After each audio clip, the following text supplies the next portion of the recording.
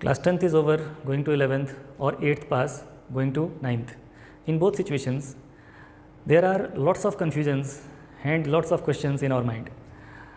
For example, what to do, from where to do, school or coaching or both, blah blah blah. At the end, some students make very nice decision. They choose medical or engineering as their career. But this is not the end of their confusion. Now the question is where to study, and most important, what to study. Now most of the students will say, sir, what to study is not a big question. So students, this is the point where you make mistake. I have seen so many students who are very talented, very sharp minded, but did not get selected in their respective examinations because they skipped this question. So where should you go to get the information about it and the precious content which will make you a champion? You should think about it. I think you need to meet someone who has lots of experience in this field and who has given lots of selections.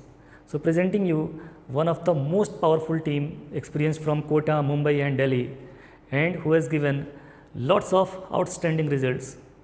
Here is Mr. Brijesh Verma, BTech in Electrical Engineering, the chemistry expert, ex-Akash faculty with 10 years experience. Mr. P.K. Yadav, BTech from NIT, our mathematics expert, ex-PACE IIT faculty with 6 years experience. Mr. Sameer Ahmed, MTech from AMU, ex-Sri Chaitanya, our physics faculty with 8 years experience. And Mr. Abhay Singh, MTech in bioinformatics, our guide, our mentor, our biology expert, ex-Akash faculty with 14 years experience. So without wasting our time, let us meet Mr. Abhay Kumar. Good morning. Thank you, dear Sameer sir, which introduced the coaching teachers. He is also part of coaching team member. Class 11th students, now today is your first day in Kia. Today I had to teach and motivate to you about career and future prospect in medical and IIT JEE exams along with the board exam. तो dear students, ये आपका first class है, वो भी online class है, और online class में आपको मैं बताने वाला हूँ कि आप जिस कोर्स को ज्वाइन करने वाले हैं वो कोर्स में क्या आपको करना है, उस कोर्स का फॉर्मेट क्या है। ये फॉर्मेट थोड़ा डिफरेंट है। आपने शायद सुना होगा हाइब्रिड प्रोग्राम्स। आजकल पूरे इंडिया में हाइब्रिड प्रोग्राम्स का एक कल्चर है, और हाइब्रिड प्रोग्राम्स में आपको कॉम्पिटिटिव और बोर्ड एग्जाम्स के बारे में बताए जाते हैं।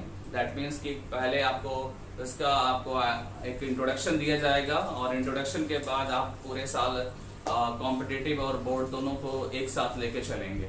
ठीक है, दोनों के अकॉर्डिंग आपकी एक्सरसाइज भी हम आपको कराएंगे और प्रैक्टिस भी कराएंगे आपको। तो ये क्या है हाइब्रिड प्रोग्राम, थोड़ा और डिटेल में करता हूँ। हाइब्रिड प्रोग्राम में क्या है कि आपको कुछ एग्जाम्स है competitive like neat and IIT JEE। ठीक है, ये इंडिया के 2 नेशनल लेवल के एग्जाम्स हैं, और जिसको हर स्टूडेंट्स क्वालिफाई करना चाहता है। हर स्टूडेंट का एक ड्रीम होता है कि वो मेडिकल और IIT JEE एग्जाम्स को क्वालिफाई करे। मेडिकल मीन्स नीट की मैं बात कर रहा हूँ। ठीक है, और आजकल स्पेशली आपका मेडिकल का ज़्यादा स्कोप दिख रहा है। मेडिकल में ज़्यादा आपके फ्यूचर प्रोस्पेक्ट्स आपको क्लियरली दिखेंगे, जॉब पॉइंट ऑफ व्यू से आपको दिखेंगे। तो ये आपको मैं बताने वाला हूँ कि कैसे आप नीट और IIT JEE में कैसे आप क्वालिफाई करेंगे, इसके बारे में एक इंट्रोडक्शन दूंगा। और इंट्रोडक्शन देने के बाद से फिर आपको कुछ सब्जेक्ट्स के बारे में बताऊंगा। ठीक है, सब्जेक्ट्स में फिर आपको कुछ सिलेबस भी बताऊंगा आपको। ये मेरा पूरा आज का कंटेंट रहेगा आज की वीडियो का। तो आपको सबसे पहले मैं बताऊं कि हाइब्रिड प्रोग्राम इसलिए होता है क्योंकि आप जो है जब आप 12th का एग्जाम देते हैं तो आप ऑलमोस्ट 17-18 ईयर्स के हो जाते हैं, 17-18 ईयर्स के हो जाते हैं, और आपको जो है आगे कैरियर बनाना होगा तो आपको जल्दी जल्दी एग्जाम्स में क्वालिफाई करना और देन जल्दी जल्दी कोर्सेज को कंप्लीट करने की जरूरत पड़ती है आपको। ठीक है, जब जल्दी जल्दी कोर्सेज को कंप्लीट करने की जरूरत होगी तो आपको क्या होगा, आपको क्विक जो है हर साल आपको जो भी क्लासेस आएंगे उस क्लासेस में अपीयर होना है, उसको पास करना है, फिर नेक्स्ट क्लास को ज्वाइन करना है, फिर नेक्स्ट को करना है, फिर नेक्स्ट को करना है। ऐसे करके आप सारे अपने एकेडमिक्स जो है वो कंप्लीट करते हैं और कंप्लीट करने के बाद से फाइनली आपको जॉब मिल जाती है। ठीक है, पहले का जो कल्चर था वो पहले का कल्चर ये था कि क्लास 12 के बाद स्टूडेंट्स जो हैं वो 2-3 साल के लिए कोटा और अदर मेट्रो सिटीज में जाके प्रिपरेशन करते थे, बट अब वो कल्चर धीरे धीरे अब खत्म हो रहा है। वो कल्चर अब धीरे धीरे खत्म हो रहा है। अभी दौर चल रहा है आपका कि quick input and quick output का दौर चल रहा है। मतलब कि आप एकेडमिक्स के टाइम पे ही कंपटीशन का तैयारी करेंगे आप, और कैसे करेंगे आपको बहुत इजीली कर लेंगे, क्योंकि अभी जो आपका जो भी सेंट्रल लेवल के एग्जाम्स है उसका सिलेबस बहुत यूनिफाई हो गया है। पहले जो है सिलेबस में बहुत डाइवर्जन था, बहुत सारे अलग अलग स्टेट के अलग अलग मेडिकल एंड इंजीनियरिंग एग्जाम्स के सिलेबस डिफरेंट हुआ करते थे। ठीक है, तो डिफरेंट सिलेबस होने की वजह से क्या था कि आपको टाइम लगता था क्वालिफाई करने में। ठीक है, आप हर एग्जाम को अटेम्प्ट करते थे और आपका सिलेबस में डाइवर्जन हो जाता था। ठीक है, तो इसके वजह से आपको सिलेक्शन में प्रॉब्लम होती थी। अभी क्या है, आपका एक सिंगल प्लेटफॉर्म है, एक सिंगल एग्जाम है। मोस्टली आपको बताऊं मैं, मेडिकल के एग्जाम में आपको नीट ही देना है। ठीक है, अगर आपको एमबीबीएस करना है या बीडीएस करना है तो आपको नीट का एग्जाम देना होगा। ठीक है, इसके अलावा अभी करंट में कोई एग्जाम नहीं है, कोई भी ऑटोनॉमस यूनिवर्सिटी एग्जाम नहीं ले रही है मेडिकल का। और सिमिलरली आपका आईआईटी जेई में क्या है, इसमें भी आपके एक ही एग्जाम है, 2 स्टेप में वो होते हैं एग्जाम, और इसको भी क्वालिफाई करने के बाद आप आईआईटी और एज वेल एज एनआईटी में आप एडमिशन लेते हैं। ठीक है, इंजीनियरिंग फील्ड में कुछ जो है ऑटोनॉमस यूनिवर्सिटीज भी है जहाँ पे आप एंट्रेंस टेस्ट करके एडमिशन ले सकते हैं आप। ठीक है, तो वो आपको बताया जाएगा। आपके जो सब्जेक्ट टीचर्स हैं आपके आईआईटी वाले, वो आपको उसके बारे में डिटेल बताएंगे। मैंने एक रफली बताया कि आईआईटी जेई जो है आपका एक एग्जाम है सेंट्रल लेवल का, एक नेशनल लेवल का एग्जाम है, और ये नेशनल लेवल का एग्जाम जो है 2 स्टेप में होते हैं, जेई मेंस और एडवांस। इसको क्वालिफाई करने के बाद आप आईआईटीज में, बहुत सारे आईआईटीज है आपके नॉर्थ ईस्ट में, आईआईटी गुवाहाटी है। ठीक है, आपके एनआईटीज की बात करूं तो नॉर्थ ईस्ट में सिलचर में एनआईटी है आपका, और अरुणाचल में आईआईटीज है, और भी आपके बहुत सारे आईआईटी और एनआईटीज पूरे इंडिया में हैं जहां पे आप एडमिशंस ले सकते हैं अगर इस एग्जाम को आप क्वालिफाई करते हैं। ओके, तो ये नीट और आईआईटी के बारे में हो गया। आपको नीट में थोड़ा और डिटेल में करूं कि नीट जो है अभी नीट या आईआईटी दोनों में क्या है कि मैक्सिमम क्वेश्चंस जो हैं आपके वो एनसीईआरटी बेस्ड आने लगे हैं। स्पेशली मैं बताऊं आपको नीट और आईआईटी मेंस में भी एनसीईआरटी बेस्ड क्वेश्चंस आने लगे हैं। ठीक है, जब आप आईआईटी मेंस को क्वालिफाई करते हैं देन आपका एडवांस का एग्जाम होता है, और एडवांस में थोड़ा सा आपका लेवल हाई करना होता है। उसके लिए अदर देन एनसीईआरटी भी आपको लर्न करना होता है, आपको स्टडी करना होता है। तो वो आपके जब यूजुअल क्लासेस होंगे तो आपके रिस्पेक्टिव टीचर्स आपको डिटेल करेंगे आपको। ठीक है,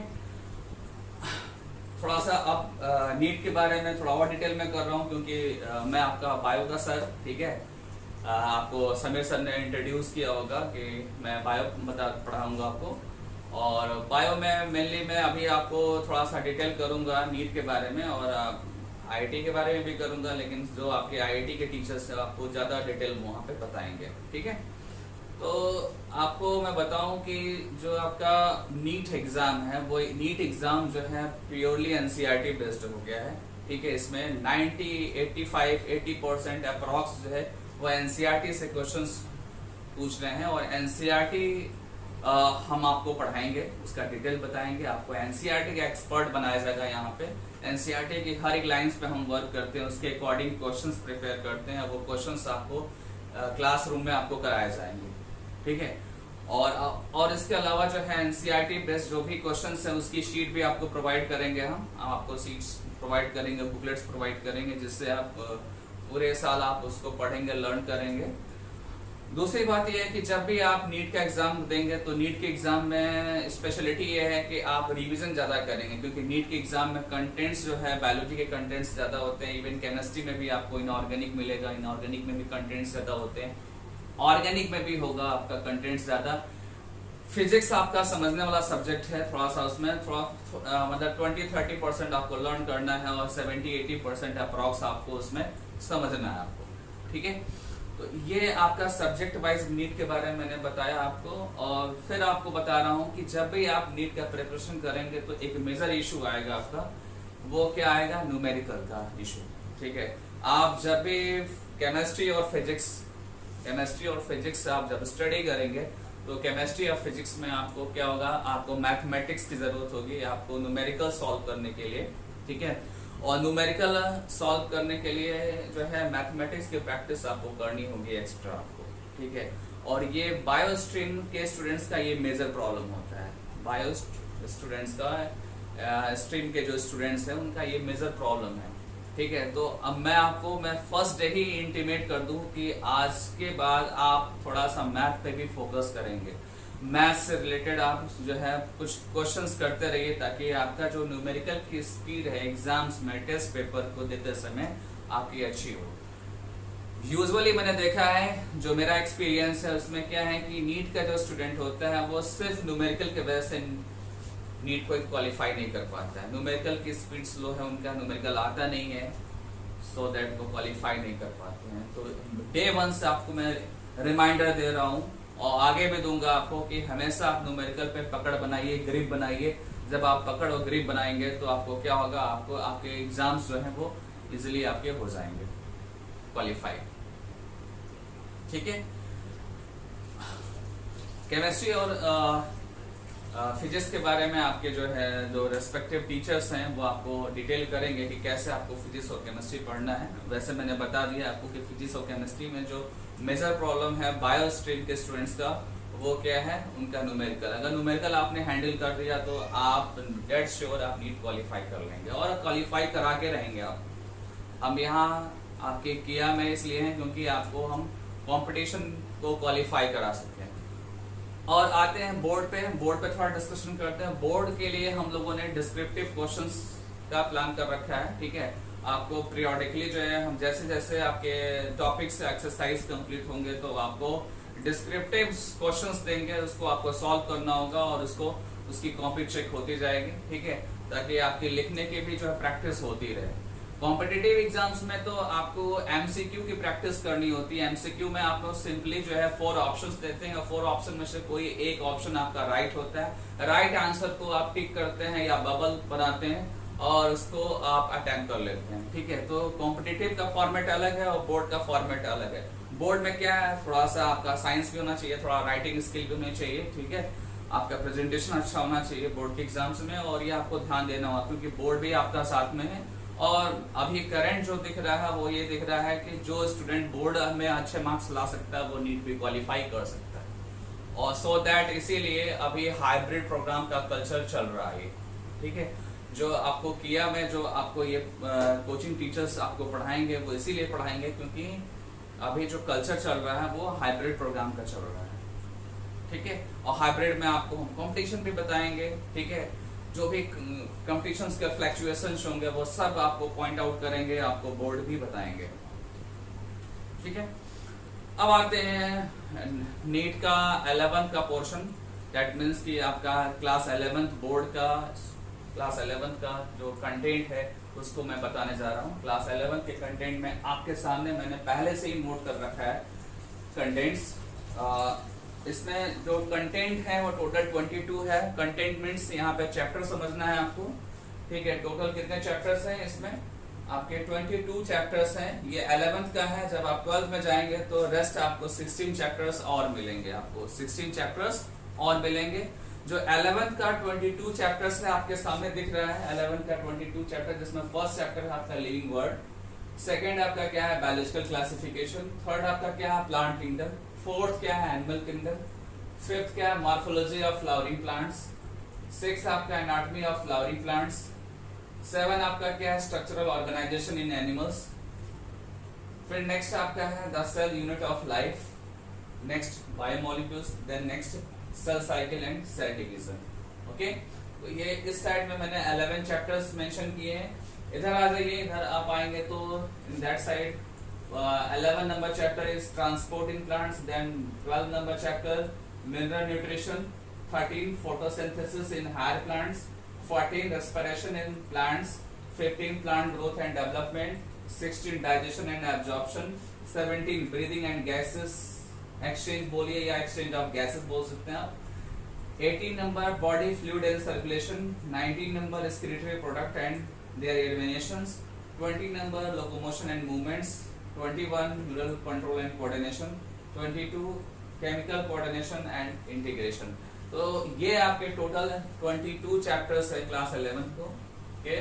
और इसको मैं आपको 2 मिनट का टाइम दे रहा हूँ, आप इसको नोट करिए, फिर से मैं आगे आपको कुछ बातें बताऊंगा।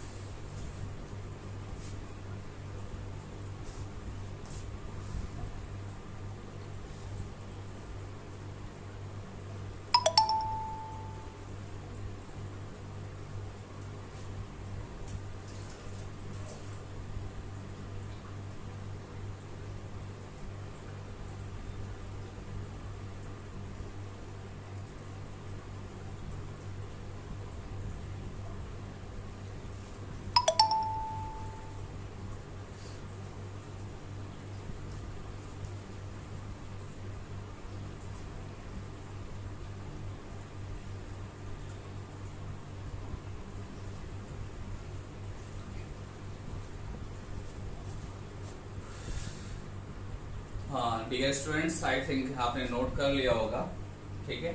और बाय द वे कुछ नोट नहीं कर पाए होंगे तो कोई दिक्कत नहीं है, आप गूगल पे जाइए, एनसीईआरटी 11th टेक्स्ट बुक आप टाइप करेंगे, ठीक है। मैं फिर से रिपीट कर रहा हूँ, एनसीईआरटी 11 टेक्स्ट बुक आप टाइप करेंगे, आपको पीडीएफ मिलेगा एनसीईआरटी 11 बायोलॉजी का, और आप वहाँ से भी नोट कर सकते हैं, ठीक है। अभी जब तक ऑनलाइन क्लासेस चल रहे हैं, जब तक लॉकडाउन है, तब तक आपको सॉफ्ट फॉर्म में, सॉफ्ट कॉपी के फॉर्म में हर चीज़ पढ़नी है, ठीक है। और क्लास जो होनी है वो वर्चुअल ऑनलाइन होना है आपको, तो थोड़ा सेक्रीफाइस करना होगा, ये कुछ टाइम का है प्रॉब्लम, और नेक्स्ट टाइम ये सब कुछ सही हो जाएगा, ठीक है। अभी 1 मंथ के बाद आपका सही हो जाएगा, तो कोई दिक्कत नहीं होने वाली है आपको। फिलहाल अभी जो है हम कुछ और बातें करेंगे। पहली बात कि जो 11th या न्यू कमर्स होता है क्लास में, उसके लिए पहली बात ये है कि वो आराम से जो है हमारी बातों को सुने और कोई किसी भी टाइप का हेजिटेशन ना रखे वो, ठीक है। क्योंकि हम आपको हर स्टेप पे आपको हेल्प करेंगे, ठीक है। हम आपको अपना व्हाट्सअप नंबर, आपका एक ग्रुप बनेगा, उस ग्रुप के थ्रू आपको हम डेली जो है अपडेट्स करेंगे। आपको अगर कुछ डाउट होगा किसी पर्टिकुलर पॉइंट्स पे, किसी क्वेश्चन में, किसी कोई सब्जेक्ट रिलेटेड कुछ प्रॉब्लम्स हैं, तो आप हमको मैसेज करेंगे, तो हम आपको पीरियोडिकली उसके अकॉर्डिंग आंसर दे के आपके सारे प्रॉब्लम्स को हम सॉल्व करेंगे, ठीक है। जैसे आपके सीनियर्स हैं क्लास 12th के, उनका भी सेपरेट हम लोगों ने ग्रुप बना रखा है, और उस ग्रुप पे आपको हर एक इन्फॉर्मेशन देते रहेंगे, आपके टेस्ट कब होने वाले हैं, आपके डिस्क्रिप्टिव टेस्ट कब होने वाले हैं, आपके एमसीक्यू टेस्ट कब होने वाले हैं, ठीक है। आपका सिलेबस क्या है यूनिट टेस्ट का, ऐसे आपको हमेशा पीरियोडिकली बहुत सारे इन्फॉर्मेशन देते रहेंगे, तो आपको टेंशन लेने की ज़रूरत नहीं है आपको। और जब भी आप अभी तो हम फिजिकली इंटरेक्ट नहीं हो रहे हैं, बट जब हम फिजिकली इंटरेक्ट होंगे तो आप कोई भी प्रॉब्लम्स हमसे बोल सकते हैं। आपको हम एज ए फ्रेंड की तरह हम यहाँ आपको समझाएंगे, क्योंकि आपका ये फर्स्ट ईयर है, ठीक है ना। और वैसे भी हमारा काम क्या है, पढ़ाना, ठीक है। तो आगे आते हैं, आगे क्या है, जैसे कि जैसे जैसे क्लासेस चलेंगे तो वैसे वैसे आपको एक चीज़ ध्यान देना होगा कि शुरुआत में आपके क्लासेस स्लो रहेंगे, ठीक है, और बाद में थोड़े क्लास की स्पीड हाई हो जाती है, ठीक है। इसके पीछे जो रीज़न है वो ये है कि जो क्लासेस स्टार्टिंग में होते हैं उसमें क्या आपको जो अच्छी अच्छी बातें हम बताते हैं, छोटे छोटे कॉन्सेप्ट्स बताते हैं, उसको आपको समझने में थोड़ा टाइम लगता है। जैसे ही आप छोटे छोटे बेसिक्स पॉइंट्स आप समझ जाते हैं, आपकी स्पीड जो है बाय डिफ़ॉल्ट क्या हो जाती है, फास्ट हो जाती है, ठीक है। तो इस तरीके से जो है हम क्लासेस को आगे बढ़ाएंगे। दूसरी चीज़ ये है कि जब भी आप क्लासेस करेंगे, ऑनलाइन करें ऑफलाइन करें, आपका एक नोट्स होना चाहिए, ठीक है। अगर नोट्स नहीं आपका है, मैं इस साफ हर एक बैच में मैंने यही अनाउंस किया है, अगर नोट्स नहीं है तो आप कोई भी एग्जाम क्वालिफाई नहीं कर सकते, कोई भी एग्जाम नहीं क्वालिफाई कर सकते। नोट्स होना ज़रूरी है, क्योंकि नोट्स में क्या होता है कि आपके पास रफली कुछ कंटेंट्स हमेशा रहते हैं और वो कंटेंट्स एक ही बुक कॉपी में आपके मेंशन रहते हैं। आप एक बार क्या रिवीजन करते हैं और सारे पॉइंट्स आपको याद हो जाते हैं। ठीक है, बहुत सारे स्टूडेंट्स की आदत होती है कि एक चैप्टर इस कॉपी में लिखा, दूसरा चैप्टर दूसरे कॉपी में, तीसरा चैप्टर तीसरे कॉपी में लिखा। तो उससे क्या होता है कि एग्जाम के टाइम पे आप तीनों कॉपीज में से कोई आप भूल जाते हैं, तो आपका क्या होता है, आपको आपके उसका इफेक्ट जो है आपके एग्जाम्स पे पड़ता है, मार्क्स पे पड़ता है। तो एक काम आप करिएगा फर्स्ट डे कि आप एक प्रॉपर कॉपी बनाइए, जो भी हम क्लासेस आपके लेंगे, ठीक है ना। कॉपी बनाना होगा और कॉपी बहुत सारे बनेंगे, सब्जेक्ट वाइज भी बनेंगे, फिर उसमें भी पार्ट वाइज भी बनेगा, फिर प्रैक्टिकल अगर स्कूल टीचर्स कराएंगे आपको तो प्रैक्टिकल्स के भी कॉपीज बनेंगे, ठीक है। और चूंकि ये आपका इंट्रोडक्शन क्लास है तो मैं हर एक पॉइंट्स पे डिस्कशन कर रहा हूँ, आपके जो भी आपके क्लास 11 से रिलेटेड जो भी पॉइंट्स हैं उस पर डिस्कशन कर रहा हूँ। नेक्स्ट पॉइंट ये है कि आपका जो लाइब्रेरी है, लाइब्रेरी भी यहाँ पे है, हमेशा ओपन रहता है। जब भी आपका वो 7-8 आवर्स आपका जो टीचिंग आवर्स होता है उसमें ओपन रहता है, तो आप बहुत सारे बुक्स जो है लाइब्रेरी से भी निकाल सकते हैं। लेकिन मैं बताऊँ आपको, बहुत सारे बुक्स की ज़रूरत नहीं होती है। हम आपको जो स्टडी मटेरियल देंगे, हम आपको क्लास नोट्स जो देंगे, जो आपको लेक्चर्स देंगे, वो आपके लिए एनफ है, सफिशिएंट है। और जिसने ये बात समझ ली, ये लाइन में दोहरा रहा हूँ, जिसने ये बात समझ ली कि हमारे नोट्स, हमारे लेक्चर्स, हमारे बुकलेट्स अगर बार बार रिविजन करने की आदत डाल दी, ये लाइन में रिपीट कर रहा हूँ, बार बार रिविजन करना, क्या नहीं रिविजन करना है, हमारे लेक्चर नोट्स, हमारा जो बुकलेट्स है, हमारे जो एक्सरसाइज के जो पेपर्स हैं, एमसीक्यू पेपर्स है, इसका बार बार रिवीजन करेंगे तो शायद ज़्यादा मार्क्स आएंगे। जब आप डाइवर्जन आपका हो जाता है, बहुत सारे बुक्स पढ़ना स्टार्ट कर देते हैं, तो रिवीजन आपका नहीं हो पाता है, और रिवीजन नहीं हो पाता है तो आपके मार्क्स खराब आते हैं, ठीक है, आपके मार्क्स खराब आते हैं। तो आपको रिवीजन सबसे ज़्यादा करना। अगर आपको नीट का एग्जाम देना है तो रिवीजन करने की हैबिट डालनी होगी, ठीक है। और टाइम पे हम बहुत सारी बातें बताएंगे भी। शायद आप ये सब सुन के टेंशन में आ गए होंगे, टेंशन में नहीं आना है आपको। ये स्टार्टिंग में जब आप क्लास 10 से 11th में जाते हैं तो ये 10-15 डेज या 20 डेज का ये प्रॉब्लम होता है। देन आप उसके बाद हैबिचुअल हो जाते हैं, ठीक है। हैबिचुअल इसलिए हो जाते हैं क्योंकि सब सारे स्टूडेंट्स उसी फॉर्मेट पे करते हैं, और फिर वो आपके फॉर्मेट हम आपको रेगुलराइज कराते हैं और आपकी हैबिट बन जाती है, ठीक है। तो कुछ भी टेंशन नहीं लेना है। क्लास 10th और 11th में डिफरेंस है, ऑलमोस्ट 10 टाइम्स का डिफरेंस है, बट सब कुछ हो जाता है। और अगर ऐसा नहीं होता तो हम लोगों ने भी 11th-12th नहीं किया होता, ठीक है। तो ये कुछ टाइम का होता है, आपको थोड़ा एफर्ट लगाना होगा, थोड़ा सीरियस होना होगा, थोड़ा प्लानिंग से काम करना होगा। और साथ ही साथ एक चीज़ और है कि आप रेजिडेंशियल स्कूल में हैं, और रेजिडेंशियल स्कूल में क्या होता है कि आपको हेल्थ पे भी ध्यान देना होगा, ठीक है। हेल्थ पे भी आपको वहाँ पे सारी फैसिलिटी है, बट फिर भी मैं बोल रहा हूँ कि आपको थोड़ा सा हेल्थ भी ध्यान देना होगा, थोड़ा सा स्पोर्ट्स में भी हाफ एन आवर आपको इन्वॉल्व होना पड़ेगा, थोड़ा डाइट भी प्रॉपर लेनी पड़ेगी। तो उसके हिसाब से क्या है कि आप कुछ टाइम के बाद आप हैबिचुअल हो जाते हैं उसी फॉर्मेट में। आपको मॉर्निंग इवनिंग की जो भी क्लासेस लगेंगे आप हैबिचुअल हो जाएंगे, ओके। अब बात आती है कि जैसे सब्जेक्ट में अगर इन्वॉल्व हो जाते हैं, आप किसी पर्टिकुलर सब्जेक्ट की बात करते हैं, लाइक मैं बायोलॉजी की अगर बात करूं, तो बायोलॉजी में आपको पता होना चाहिए कि जब भी चैप्टर्स या कोई भी सब्जेक्ट आपका, बायोलॉजी क्या, केमिस्ट्री, फिजिक्स, हर एक चैप्टर का एक बेसिक, हर एक सब्जेक्ट का एक बेसिक जो है आपका चैप्टर होता है। हर एक सब्जेक्ट का एक बेसिक चैप्टर होता है, और जहाँ से हर एक टीचर स्टार्ट करता है। और वो बेसिक चैप्टर आपके बायोलॉजी का क्या है, आपका वो बेसिक चैप्टर है बायोमोलिक्यूल्स, ठीक है। बट जब आपको मैं बायोमोलिक्यूल्स में बताऊंगा तो आपको बायोमोलिक्यूल्स थोड़ा टफ लगेगा आपको। ये आपको एक तरीके से चैलेंज भी दे रहा हूँ, बायोमोलिक्यूल्स टफ लगेगा आपको, ठीक है। और ज़्यादातर केसेस में क्या होता है कि फर्स्ट जो चैप्टर है अगर बायोमोलिक्यूल स्टार्ट हो गया तो आप परेशान हो जाते हैं। आप ये सोच के क्लास में बैठते हैं कि हमने तो बायो के क्लास के लिए बैठा और यहाँ पे तो क्लास तो केमिस्ट्री की चल रही है। तो आपको ये नहीं सोचना है, आपको बस ये सोचना है कि थोड़ी केमिस्ट्री है विथ बायोलॉजी, ठीक है। और इसलिए थोड़ा सा ये टफ भी है चैप्टर्स। और जिसका बायोमोलिक्यूल स्ट्रांग होता है उसके बहुत सारे चैप्टर्स जो है अच्छे हो जाते हैं। जैसे कि मैं बता रहा हूँ आपको, फिजियोलॉजी आपकी बहुत स्ट्रांग हो जाएगी, ठीक है। फिजियोलॉजी में आपका प्लांट फिजियोलॉजी और एनिमल फिजियोलॉजी दोनों स्ट्रांग हो जाएगा।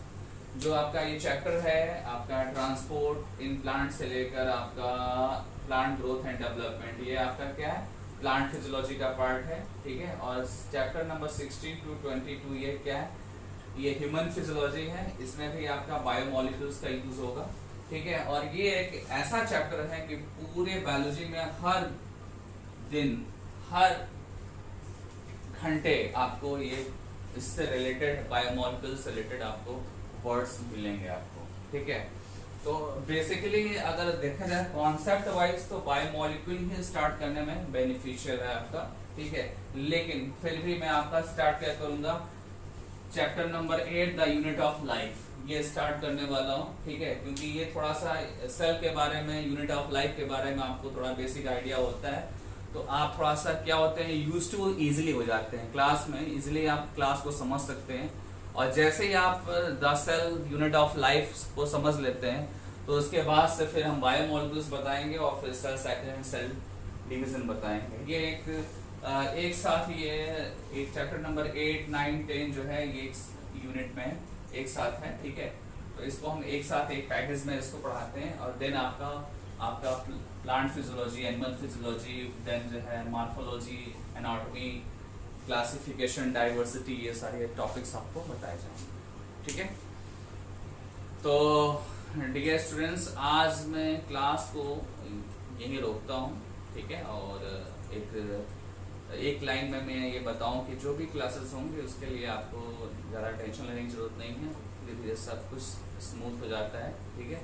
हम इसीलिए यहाँ पे किया में प्रेजेंट है कि आपके हर एक प्रॉब्लम को हम शॉर्ट आउट करेंगे। जल्दी हम ग्रुप, एक व्हाट्सएप ग्रुप बनाएंगे और आपसे डेली जो है कन्वर्सेशन होगा, सारे इश्यूज को हम डे बाय डे सॉल्व करेंगे। Okay, thank you. इसके बाद आपका जो नेक्स्ट वीडियो होगा वो आपका फिजिक्स या केमिस्ट्री सर का होगा, देन आपका मैथ्स सर का होगा। तो आप आज फर्स्ट डे है तो आप सारे टीचर्स से इंट्रोड्यूस होइए और फिर मिलते हैं। Okay, bye.